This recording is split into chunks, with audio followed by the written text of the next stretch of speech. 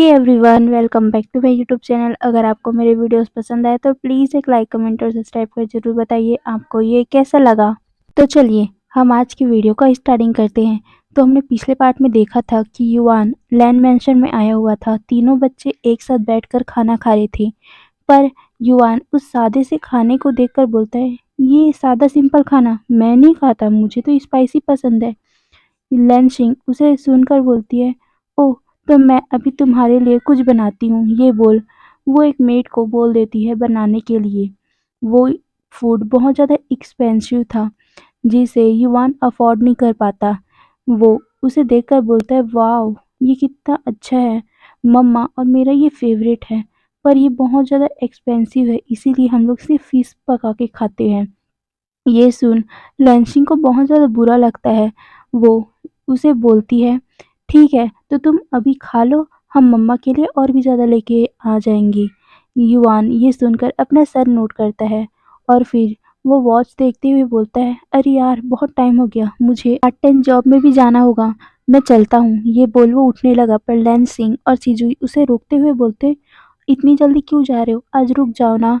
ये सुन युवान कहता है, नहीं नहीं, मैं नहीं रुक सकता, अगर मम्मा को पता चला तो, और वैसे भी हमें बहुत सारा बिल पे करना है, हाउस का बिल पे, बिजली, वाटर सबका पे करना है, मैं नहीं रुक सकता, प्लीज़ हम मुझे जाने दो। ये बोल वो उठ रहा था, पर लैंशिंग उसे बोलती है, हम तुम्हें पैसा दे देंगे। वो एक ड्रॉर से पैसे का बंडल उठाकर उसे दे देती है, पर युवान उसे ना लेकर बोलता है, नहीं नहीं, मैं इसे कैसे ले सकता हूँ।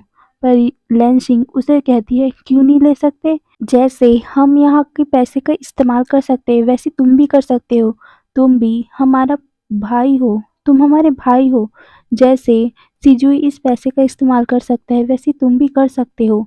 ये बोल वो उस पैसे को युवान को दे देती है। युवान कुछ बोलता तो नहीं, पर उसे वो पैसा लेने में थोड़ा ऑकवर्ड सा फील हो रहा था। फिर वो जाने के लिए बोलता है, पर लैंसिंग कहती है, आज यहीं रुक जाओ। पर युआन कहता है, पर डैडी। डैडी का बात सुनकर सिजुई और लैंसिंग उसे कहते हैं, वो अभी कुछ दिनों से आ नहीं रहे हैं, तुम यहाँ रह सकते हो। पर सिजुई अपने मन में ही कहता है, पर डैडी ने हमारे पीछे डिटेक्टिव को हायर किया हुआ है, उन्हें सब पता चल रहा होगा। पर वो इस बारे में लैंसिंग और युआन को कुछ भी नहीं बताता। ऐसे ही दिन फिर बीतते गए। एक दिन वांग जी अपने मॉल को देखने गया था। वहाँ वो सब देख रहा था कि अच्छे से चल रहा है कि नहीं। फिर वो देखता है एक फैमिली अपने छोटे से बेबी के साथ कितना खुश हो रहा है, और वो बच्चा गिगल कर रहा है, हंस रहा है, खेल रहा है अपनी मम्मा के साथ, अपने फादर के साथ। वांग जी जब ये देखता है उसके दिमाग में पहले वाला सीन चलने लगा कि कैसे वो अपने बेबी और विंग के साथ खुश रहता था। वो देख रहा था कि कैसे विंग उसके साथ हंस रहा है, खेल रहा है, और वो बच्चे उसकी गोद में हैं। वांग जी विंग को बहुत ज़्यादा याद कर रहा था, और वहीं उसके बच्चों को भी। जब उसे याद आता है बच्चे, उसे याद आता है कि कैसे वैन किंग कभी भी उसके बच्चों को वो मदर वाला प्यार दे ही नहीं पाई। उसे याद आता है कि कभी भी वैन किंग अपने ऑफिस के काम के अलावा बच्चों को कभी एक्स्ट्रा टाइम देती ही नहीं है, और उसकी शादी भी तो एक ऐसी शादी है जिसे फ़ोर्स से कराया गया है। वांग जी को ये याद आ रहा था, उसके आँखों में आँसू आ गए थे। 15 से ज़्यादा दिन हो गए हैं वांग जी लैंड मेंशन नहीं गया है और अपने बच्चों को नहीं देखा है, इसलिए वो बहुत उदास हो रहा था। वांग जी अब अपने ऑफिस का काम निपटा कर सीधा लैंड मेंशन जाता है। वो लैंड मेंशन में पहले तो देखता है कि वहाँ बच्चे नहीं हैं, फिर वो जाकर किचन में उन बच्चों के लिए खाना वाना बनाता है और अपने लिए भी। फिर वो बच्चों का इंतज़ार करने के लिए सोफ़े पर बैठ गया था। कुछ टाइम बाद सारे बच्चे अपने स्कूल से वापस आ गए थे, उनके साथ युआन भी था। युआन बहुत दिनों से यहीं रह रहा है। वो जितने टाइम अपना पार्ट टाइम जॉब करता था, उतना ही टाइम अब लैंड मेंशन में बिताता है। वो अब पार्ट टाइम जॉब नहीं करता, वो सीधा अपने घर चला जाता है, और विंग को भी कुछ नहीं पता कि युवान अपने पार्ट टाइम जॉब में जाता भी है कि नहीं, कि वो पार्ट टाइम जॉब के नाम से कहाँ चला जाता है, उसे कुछ भी नहीं पता। युवान सीधा उस लैंड मैंशन में दौड़ते हुए जाते हुए कहता है, वाओ कितनी अच्छा खुशबू आ रहा है। सिजुई, क्या तुम लोगों ने कुछ बनवाया है? सिजुई उसे बोलता है, हमने तो नहीं बनवाया। युवान भागते भागते किचन की तरफ जा रहा था। तभी ये सिजुई कहता है, युवान ऐसे दौड़ो मत, गिर जाओगे। तभी सिजुई की नज़र सोफे पर पड़ती है। वो तो बहुत ज़्यादा डर गया था। जब युवान और लैंसिंग को सिजुई की आवाज़ सुनाई नहीं देती, वो दोनों पीछे मुड़ के देखते हैं और फिर वो उस नज़र को फॉलो करते हैं। वो दोनों भी बहुत ज़्यादा डर गए थे वांगजी को देखकर। युवान तो सीधा सिजुई और लैंसिंग के पीछे ही छुप गया था। वो बहुत ज़्यादा डर गया था। उसकी बॉडी पूरी तरह काँप रही थी। वांगजी उन तीनों को देखता है और फिर वो धीरे-धीरे करके उन तीनों के पास आता है। बच्चे बहुत ज़्यादा डर गए थे। उन्हें ऐसा लगा कि वांगजी अभी उन लोगों को मारेगा, उनको डाँटेगा। पर वांगजी ऐसा ना कर तीनों बच्चों को अपने गले से लगा लिया और वो बहुत ज़्यादा रोने लगा। और ख़ासकर वो युवान को अपने गले से लगाता है और उसके माथे पर किस करता है और वो युवान से अपनी गलती के लिए माफ़ी माँगता है। इतने दिन उससे दूर रहने के लिए माफ़ी माँगता है। युवान भी जब अपने डैड को रोते हुए देखता है, वो भी उसे बहुत ज़्यादा टाइटली गले से लगा लेता है। तीनों बच्चे अपनी डैडी को गले से लगाए हुए थे। इतने सालों बाद वांगजी के फेस में बहुत ज़्यादा ही ग्लो था। वो बहुत ज़्यादा खुश था। 16 सालों बाद उसे युवान मिला था, इसीलिए वो अपने बच्चे के साथ बहुत ज़्यादा ही खुश था। वो तीनों मतलब वो चारों डाइनिंग टेबल पे बैठे हुए थे। वांग जी तीनों बच्चों को सर्व कर रहा था, जो भी उसने बनाया था। वांग जी उन सभी को सर्व करते हुए युवान को बोल रहा था, तुम जितना खाना चाहो खा सकते हो। तभी लैंसिंग कहती है, वाओ डैडी, इतना सारा कुछ हमारे लिए। वांग जी अपना सर नोट करता है, फिर वो तीनों बच्चों को बोलता है, चलो अब हम खा के सीधा शॉपिंग पे चलते हैं, चलोगे ना? तीनों बच्चे बहुत ज़्यादा खुश हो गए थे। उसके डैडी इतने दिनों बाद उसे कहीं ले जा रहे हैं। तीनों को खुश होना तो बनता ही है ना। तीनों उसके साथ मॉल चले गए थे। वांग जी ने बहुत सारा कुछ युवान के लिए खरीद दिया था। युवान भी बहुत ज़्यादा खुश था अपने डैडी और अपने भाइयों और बहनों के साथ मिलकर। वो बहुत सारा एन्जॉय करता है। वांगजी बहुत ज़्यादा प्रोटेक्टिव फ़ील कर रहा था अपने ओमेगा बेटे के लिए। वहीं सिजुई और लैंशिंग भी अपने ओमेगा ब्रदर के लिए बहुत ज़्यादा प्रोटेक्टिव हो रहे थे। युवान को ये बहुत ज़्यादा अच्छा लग रहा था। वांगजी उन लोगों के साथ बाहर में खाना खाते हैं। फिर युवान कहता है, अरे बाप रे! 8 बज गए। मुझे घर जाना होगा, नहीं तो मम्मा डाँटेगी। वांग जी जब ये सुनता है, वो उसे देख रहा था। लैंशिंग उसे कहती है, डैडी जल्दी से युवान को घर छोड़ दो ना, नहीं तो मम्मा इसे डाँटेगी। वांग जी अपना सर नोट करता है। फिर तीनों बच्चे कार में बैठ गए और वांग जी ड्राइविंग सीट पे बैठा हुआ था। वो सीधा एक छोटे से अपार्टमेंट के सामने रुकता है। वो पहले तो उस अपार्टमेंट को देखता है, फिर युवान सीधा बाहर निकल जाता है और उन्हें बो करता है। वांग जी जैसे ही वहां से जाने के लिए अपनी गाड़ी को ऑन करता है, उसे एक जोरदार स्लैप की आवाज सुनाई देती है। वांग जी वहीं पर रुक गया। बाहर विंग युवान से पूछा था, तुम कहाँ गए थे और ये सब किसने खरीदा तुम्हारे लिए, और मुझे तुम्हारे रूम से बहुत सारे पैसे मिले हैं, कहाँ से लाए हो युवान? ये बोल वो उसे शेक कर रहा था। युवान के आंखों से आंसू आ रहे थे। विंग उसे बार बार बोल रहा था, बोलो तुम्हें ये सब किसने दिया है, बोलो युवान। उसे ऐसा लग रहा था कि युवान कुछ गलत काम कर रहा है और उसे इसी के इतने सारे पैसे मिले हैं। यो युवान को बहुत ज़्यादा बोल रहा था कि बोलो किसने दिए हैं ये सब, और तुम कब कहाँ गए थे? मैं आज तुम्हारे रेस्टोरेंट में गया हुआ था, वहाँ पे उन्होंने कहा कि तुम कई दिनों से वहाँ आ ही नहीं रहे हो, कहाँ गए थे बोलो युवान। ये बोल वो अपना हाथ उठाता है उसे मारने के लिए, पर तभी एक मस्कुलर सा हाथ उसे रोक देता है। जब विंग उसे देखता है कि किसने उसे रोका, वो बहुत ज़्यादा शॉक में पड़ गया। वो जल्दी से अपने हाथ को छुड़ा लेता है और वो सीधा अपने रूम की तरफ भाग गया और उसने सीधा गेट को लगाकर वहीं बस गेट के सहारे ही नीचे सिरक कर रोने लगा। वो बहुत ज़्यादा रो रहा था। वहीं दूसरी तरफ युवान जब अपनी मम्मा की तरफ जाने लगा, तभी वांग जी उसे रोक लेता है और बोलता है, युवान तुम हमारे साथ चलो। पर युवान उसे कहता है, पर मम्मा। युवान की बात सुनकर वांग जी कहता है, वो अभी गेट नहीं खोलेगा। तुम हमारे साथ चलो, आज हमारे साथ ही रुक जाना। मुझे नहीं लगता वो अभी गेट खोलेगा तुम्हारे लिए। युवान फिर भी अपनी मम्मा मतलब उस रूम की तरफ देखता है, पर वो कुछ न बोल के सीधा वांगजी के साथ लैंड मेंशन के लिए निकल गया था।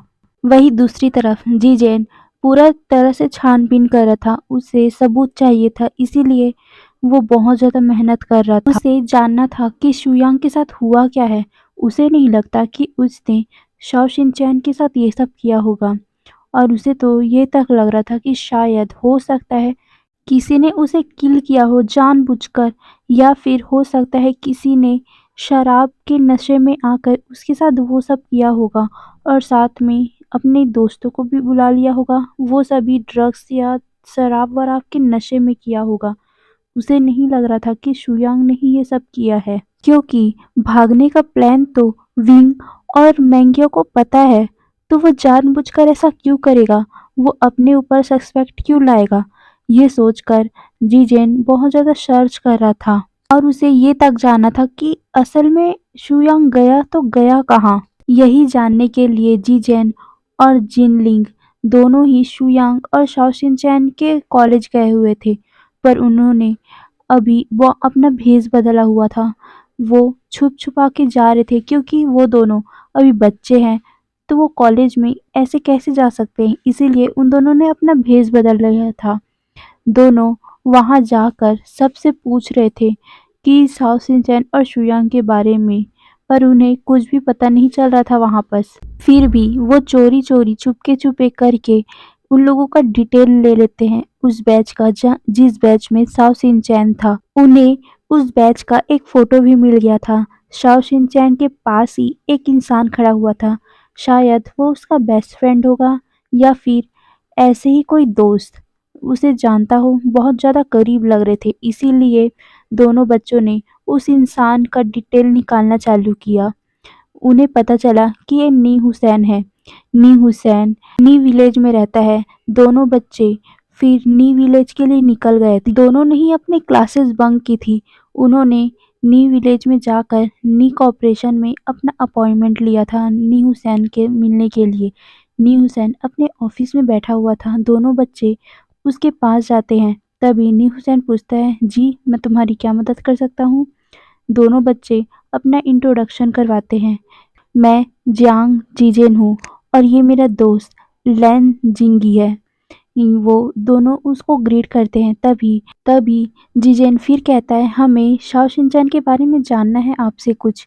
शाओ शिनचैन का नाम सुनकर नी हुसैन कहता है, शाओ शिनचैन? ओह, मैंने तो उसे कई दिनों मतलब कई सालों से नहीं देखा है। मुझे कई बार उसकी याद आती है। मैंने कई बार उसे फ़ोन करने की कोशिश भी की है। क्या तुम्हें पता है वो कहाँ है? मुझे सच में उससे मिलने के लिए बहुत इच्छा होती है, पर मेरा फ़ोन उससे लगता ही नहीं है। क्या तुम लोग जानते हो उसे? तभी जीजन कहता है, शायद आप उससे बात नहीं कर पाओगे, उनकी डेथ हो चुकी है। ये सुनकर नी हुसैन शॉकिंगली बोलता है, क्या उसकी डेथ हो चुकी है? पर कब? ये सुन जिंगी उसे एक न्यूज़पेपर देता है, जिसमें शाओ शिनचैन की मर्डर के बारे में लिखा हुआ था। जब ये न्यूज़ एंड पढ़ता है, वो कहता है, नहीं ऐसा नहीं हो सकता, मैं बिलीव ही नहीं कर सकता, शुयांग ऐसा इंसान है ही नहीं। तभी जिंगी कहता है, क्या आप हमें बता सकते हो शुयांग और शाओ शिनचैन की लव स्टोरी के बारे में? तभी न्यूसन कहता है, हाँ, मैं उन दोनों के साथ हमेशा रहता था। मुझे पता है वो कितना अच्छा इंसान है। मुझे नहीं लगता वो ऐसा कर सकता है। मैं शाओ शिनचैन का बेस्ट फ्रेंड था। मुझे पता है। यहाँ तक कि मैं तो शाओ शिनचैन से जेलस भी होता था कई बार, क्योंकि शाओ शुयांग उसे इतना प्यार जो करता है। मुझे नहीं लगता कि वो ऐसा कर सकता है। वो बहुत काइंड और स्वीट इंसान था। मैं ये बिलीव नहीं कर सकता कि उसने ये सब किया होगा। दोनों बच्चे भी कहते हैं, हमें भी नहीं लगता, इसीलिए तो हम आपसे मदद लेने आए हैं। हमें जानना है कि कौन हो सकता है, किसने किया होगा ये सब, और पर क्या कर सकते हैं, हमारी कोई मदद भी नहीं कर रहा है। तभी न्यूसन कहता है, मैं तुम्हारी मदद करूँगा, बोलो क्या करना है मुझे? तभी जीजेन उसे अपना आइडिया बताता है। तभी न्यूसन कहता है, ओके ठीक है, हम तुम्हारी प्लान में ये सपोर्ट कर सकता हूँ मैं, पर तुम्हें पता है कि कौन है ये? मतलब किसको ये सब पता होगा? एक्चुअल में उस टाइम क्या हुआ था ये सब किसको पता हो सकता है? तभी जिंगी कहता है, मेरी मॉम, मेरे डैड और अंकल वांग जी, इन्हें पता होगा कि उस टाइम हुआ क्या था। मैंने एक दिन ऐसे चुपके से ग्रैंडपा की बातें सुनी हुई थी। वो भी किसी से फ़ोन में अंकल शाओ शिनचैन के बारे में कुछ पता लगा रहे थे। मुझे नहीं लगता उन्हें कुछ पता होगा। सिर्फ़ 3 ही इंसान को पता हो सकता है मेरे हिसाब से। मैंने भी ये सब डोर के पीछे से सुना हुआ था। तभी न्यूज़ कहता है, ओह! ये हो सकता है। दोनों, तीनों ऐसी ही बातें कर रहे थे। वहीं दूसरी तरफ युवान अपनी मम्मा के लिए बहुत ज़्यादा टेंस हो रहा था। वो लैनसिंग और सिजुई से कहता है, मुझे घर जाना होगा, मुझे मम्मा की बहुत याद आ रही है। तभी लैनसिंग कहती है, तुम फिक्र मत करो, हम तुम्हें छोड़ के आ जाएंगे। ये बोल तीनों विंग के घर की तरफ चले गए थे। उन्होंने वांगजी को कुछ भी नहीं बताया हुआ था। वो दोनों वो तीनों विंग के घर का डोरबेल बजाते हैं। जैसे ही विंग गेट खोलता है, वो सीधा भागकर युवान को अपने गले से लगा लेता है और वो बोलता है, मैं कितना वरिड था। आई एम सॉरी, मैं कल बहुत ज़्यादा तुम्हारे लिए वरिड हो गया था बेबी। वो ये इतना ही बोल पाया था कि तभी युवान कहता है, मम्मा आई एम सॉरी, मैंने भी आपको कुछ बताया नहीं था। तभी विंग की नज़र पीछे खड़े लैनसिंग और सिजुई की तरफ पड़ती है। वो उन दोनों को भी अपने गले से लगा लेता है। वो जब दोनों बच्चे अपनी मम्मा के गले लगते हैं, वो दोनों बहुत ज़्यादा खुश होते हैं। विंग भी उन दोनों से मिलके बहुत ज़्यादा खुश था। अपने अल्फ़ा बच्चों के साथ मिलकर कोई भी खुश होगा ना इतने सालों बाद मिलने के लिए। तीनों चारों अंदर बैठे हुए थे। वो घर बहुत छोटा-सा था और सिंपल सा। तभी विंग कहता है, तुम लोग रुको, मैं तुम लोगों के लिए ब्रेकफास्ट बनाता हूँ। ये बोल सीधा वो किचन में चला गया था। तभी युवान उसे चिल्लाकर बोलता है, मम्मा आप ज़्यादा स्पाइसी मत डालना, इन दोनों को स्पाइसी खाना पसंद नहीं है। विंग अपना सर नोट करता है। फिर वो उन दोनों के लिए, मतलब उन तीनों के लिए अच्छा सा खाना बना के लाता है। तीनों बच्चे बहुत अच्छे से खा रहे थे। तभी युवान खाते-खाते अपने मुंह में वो पूरा सूप फैला देता है। विंग कहता है, ओह! सिजुई, तुम्हें अभी तक खाना नहीं आता ढंग से? ये बोल। वो उसके होठों को, मतलब उसके फेस को साफ कर रहा था और बोल रहा था, अच्छे से खाओ बेबी। तभी सिजुई ये देखकर उसके आंखों में आंसू आ गए थे। उसे ये प्यार कब से चाहिए था। युवान अपनी मम्मा को देख रहा था। तीनों बच्चे ऐसे ही खा रहे थे। वहीं दूसरी तरफ वांग जी अपने ऑफिस से सीधा घर आया था। वो जल्दी-जल्दी अपने घर आया था अपने तीनों बच्चों से मिलने के लिए, पर उसे पता चलता है कि तीनों वहाँ है ही नहीं। वो सीधा विंग के अपार्टमेंट की तरफ चला गया था, क्योंकि उसे पता है कि तीनों बच्चे अभी वहीं पर सोंगे, इसीलिए वहाँ पर चला गया था। वो जाकर सीधा डोरबेल को बजाता है। उसे नहीं पता था कि विंग अंदर होगा या नहीं, पर वो उस डोरबेल को बजाता है। सारे बच्चे वहाँ पर ब्रेकफास्ट कर रहे थे, इसीलिए विंग गया था गेट खोलने। जैसे ही उसने वांगजी को देखा था, पहले तो वो शॉक हो गया था, पर जब बच्चे अपने डैडी को देखते हैं, लैनसिंग चिल्लाकर बोलती है, डैडी आप आइए ना। ये बोल वो वांगजी को अंदर बुलाती है। वांगजी पहले उसे देखता है, विंग को, फिर विंग उसे देखता है। विंग अपना फेस साइड कर बोलता है, जाइए बैठ जाइए। वांग जी अपना सर नोट करता है और फिर बच्चों के पास ही आकर बैठ गया था। विंग वहाँ पर नहीं रहता और वो बोलते हुए जाता है, मैं आपके लिए एक ऑमलेट बना देता हूँ। ये बोल वो किचन में जा रहा था, क्योंकि उसे पता है जो उसने अभी बच्चों के लिए बनाया है वो वांग जी को पसंद नहीं है, इसीलिए वो किचन से एक ऑमलेट बना के वांग जी को दे देता है। वांग जी भी उसे खाता है। वांग जी कितने दिनों बाद, मतलब कितने सालों बाद ये टेस्ट फिर से महसूस कर रहा है। वांग जी को विंग का बनाया हुआ खाना बहुत ज़्यादा पसंद आता था पहले, और वो कितने सालों बाद, पूरे 16 सालों बाद फिर से ये खाना टेस्ट कर रहा है। वो जल्दी-जल्दी से उस ऑमलेट को ख़त्म कर लेता है। तीनों बच्चे वांग जी को देखकर बहुत ज़्यादा स्माइल कर रहे थे, क्योंकि वांग जी बिना रुके उस ऑमलेट को खाए जा रहा था। वहीं विंग उसे देख ही नहीं रहा था। वहाँ बहुत ज़्यादा शांति थी, पर बहुत ज़्यादा ही पीसफुल शांति थी। वहाँ पर बहुत ज़्यादा अच्छा-सा लग रहा था। पूरी फैमिली एक साथ थी, पर उन्हें पता है कि ऐसा एक साथ कभी और होगा ही नहीं, क्योंकि वांग जी की शादी वैन किंग से हुई है। फिर वांग जी अपने दोनों बच्चे मतलब लैन सिंह और सिजुई को लेकर वापस लैन मैंशन चला गया था और युवान अपनी मम्मा के साथ ही वहीं पर रुक गया था। वहीं दूसरी तरफ जीजेन और जिंगी लैन कॉर्पोरेशन में पहुंच गए थे। लैन कॉर्पोरेशन में वो लैन किरैन से मिलने आए थे। लैन किरैन जब देखते हैं दोनों को, वो जिंगी से बोलता है, बेबी तुम यहाँ क्या कर रहे हो? ये बोल वो उसके गालों को पिंच कर देता है। जिंगी अपने गालों को सहलाते हुए बोलता है, ग्रैंडपा ऐसा क्यों कर रहे हो? ये बोल वो अपने गालों को रब कर रहा था। तभी जीजेन कहता है, ग्रैंडपा क्या आप हमें बता सकते हो अंकल वांग जी और अंकल विवुशियान के बारे में, और हमें अंकल शाओ शिनचान के भी बारे में जानना है। ये सुन लैन किरैन एक पल के लिए शांत हो गए थे। तभी जीजन फिर से कहता है, ग्रैंडपा प्लीज हमें बताइए ना, हमें बताइए ना। इतना फोर्स करने के बाद लैन किरैन कहते हैं, उस टाइम कुछ भी नहीं हुआ था और मेरा ओमेगा सन वो उस शुयोंग के साथ भाग गया था। हमारे पूरे नाम को डुबोकर उसने हमारे नाम को पूरा डिस्ट्रॉय कर दिया था। ये सुन जीजेन कहता है, पर वो किसी और से प्यार करते थे। तभी लैन कुरैन भी कहते हैं, पर वो शादी पहले से तय था, हमें वो शादी करवाना था और उसने कभी भी हमें बताया नहीं कि वो किसी और से प्यार करता है। तभी जीजेन कहता है, क्या वो बता देते तो आप उनकी शादी उनसे करवा देते। ये सुन लैन किरैन चुप ही हो गए थे। उनके आंखों में आंसू आना चालू हो गया था, जिसे देखकर जिंगी उसे अपने हाथों से कंसोल करने लगा। लैन किरैन भी रोने लगे थे। तभी जीजेन कहता है, हमें पता है आप उन्हें सर्च कर रहे हो, पर वो बस इतना ही बोल पाया था कि जिंगी उसे चुप करवा देता है। पर जीजेन अपनी बात कंटिन्यू करते हुए बोलता है, वो नेक्स्ट वीक आ जाएंगे, वो बहुत अच्छे हैं, वो नेक्स्ट वीक हमारे लैंड मेंशन में वापस आ जाएंगे। ये बोल वो लैन कुरैन को देखता है। लैन कुरैन खुश होते हुए बोलते हैं, सच्ची वो आ जाएंगे? ये बात सुनकर जिंगी कुछ भी नहीं बोलता, वो शॉक हो गया था। जीजेन ये क्या बोल क्या रहा है? वो उस टाइम तो कुछ नहीं बोलता। फिर वो बाहर जाते हैं और बाहर जाते ही जिंगी जीजेन से पूछता है, ये तुमने क्या किया और तुमने उनसे झूठ क्यों बोला? हमें तो उनके बारे में कुछ पता भी नहीं है। तभी जीजेन कहता है, किलर किलर तुम्हारी फैमिली से है।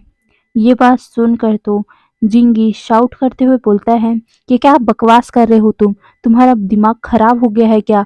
हमारी फैमिली से क्यों क्यों वो अपनी ही बेटे को मारेंगे? तुम्हारा दिमाग खराब है क्या? ये वो चिल्लाकर बोल रहा था। दूसरी तरफ वांग जी अपने ऑफिस रूम में बैठे बैठे अपने पास्ट के बारे में सोच रहा था। वो देखता है कि अभी विंग ने 3 बच्चों को जन्म दिया है, जिस खुशी के मौके में सारे लोग विंग को बधाई देने आए हैं।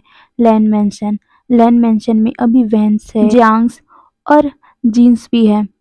मैडम जीन, मैडम यू और मैडम वैन मैडम लैन के बहुत अच्छे दोस्त हैं, बेस्ट फ्रेंड है वो, इसीलिए वो विंग के अभी रूम में बैठे हुए हैं। मैडम यू एक तोहफा विंग को देते हुए बोलती है, बधाई हो, तुमने 3 बच्चों को एक साथ जन्म दिया है, तुम बहुत ज़्यादा स्ट्रांग हो। विंग उसे देकर लेकर थैंक्स बोलता है। मैडम यू मैडम लैन से कहती है, तुम्हें बहुत ज़्यादा बधाई हो, क्योंकि 3 बच्चों का एक साथ आना बहुत ज़्यादा खुशखबरी की बात है। ये बोल वो स्माइल कर रही थी। मैडम लैन भी हंस रही थी और बोल रही थी, हाँ हाँ, हमें बहुत ज़्यादा खुशियों भरा माहौल मिल गया ना ये अब। ये बोल वो भी स्माइल कर रही थी। बाकी लोग भी विंग को गिफ्ट देते हैं। फिर मैडम लैन से पूछती है, वैसे सिचैन की शादी की क्या? तभी मैडम लैन कहती है, वो उसकी शादी और शॉ शिनचैन की शादी हम लोग एक ही दिन करवाएंगे। ये बोल वो मैडम जीन की तरफ देखती हैं। मैडम जीन भी स्माइल करके बोलती है, हाँ। तभी मैडम यू कहती है, यानली देख लो, विंग से ट्रेनिंग ले लो, अब नेक्स्ट टर्न तुम्हारा है। ये बोल वो यानली की तरफ देख रही थी। जिन जुशुन का तो फेस पूरी तरह लाल हो गया था। यानली अपनी मदर से बोलती है, मदर ये आप क्या बोल रही हो? ये बोल वो भी शर्मा गई थी। तभी मैडम जीन कहती है, वैसे तुम्हारे बेटे जंग चैंग का क्या, वो शादी कब करेगा? तभी मिस वैन कहती है, उनका शादी हम कुछ टाइम बाद करने का प्लान किए हैं। क्यों मैडम यू? मैडम यू भी अपना सर नोट करके बोलती है, हाँ, क्योंकि जैंग चैंग तो अपनी डिटेक्टिव वाला आदत से कभी बाज नहीं आएगा। वो अपने ट्रेनिंग और अपने काम में इतना फोकस लगा के बैठा हुआ है, उसे कुछ और होश ही नहीं है। वो तो अपने काम में इतना मग्न रहता है, उसे घर आने का भी फ़िक्र नहीं रहता। इसीलिए हमने सोचा है कि वेन्डिंग की पढ़ाई के बाद ही उसकी शादी करवा देंगे। सारे बच्चे मतलब सारे लोग ऐसी ही बातें कर रहे थे। तभी वो सभी बोलते हैं कि अभी विंग को आराम करने दो। ये बोल वो सारे नीचे चले गए थे। नीचे सारे अल्फ़ा मतलब लैन किरैन और बाकी सब बैठकर बातें कर रहे थे। सारे लोग डिनर भी करने लगे और ऊपर विंग के पास अभी वांगजी था। वांगजी उसे कहता है, बनी क्या तुम्हें नींद आ रही है? तुम टायर्ड हो? तभी विंग कहता है, हाँ, बस थोड़ा-सा। ये बोल वो वांगजी को देखता है। वांगजी उसके फोरहेड पर किस कर बोलता है, चलो आराम कर लो। ये बोल वो उसके ऊपर कंबल को उड़ा देता है। वहीं फिर वांगजी अपने बच्चों के पास जाता है और वो देखता है कि बच्चे अभी खेल रहे हैं। वांगजी अपने बच्चों को देखकर स्माइल करते हुए बोलता है, तुम लोग ज़्यादा आवाज़ें मत करना, मम्मा सो रही है ना। बच्चे जब वांगजी की आवाज़ें सुनते हैं, वो खिलखिलाने लगे। वांगजी अपने होठों पे अपनी उँगली रख के बोलता है, श्श, ऐसा आवाज़ मत करो, मम्मा सो रही है ना। तभी वहाँ पर 2 पर्सन आते हैं। वांगजी उन दोनों को देखकर इरिटेट हो रहा था। दोनों अच्छे से आते हैं और फिर बेड पर बैठते हुए बोलते हैं, वाओ! क्या बात है! हमारी गगा को देखो तो कैसे अपने बच्चों से बातें कर रहे हैं। तभी वांगजी उन लोगों को देखकर कहता है, तुम दोनों यहाँ क्या कर रहे हो?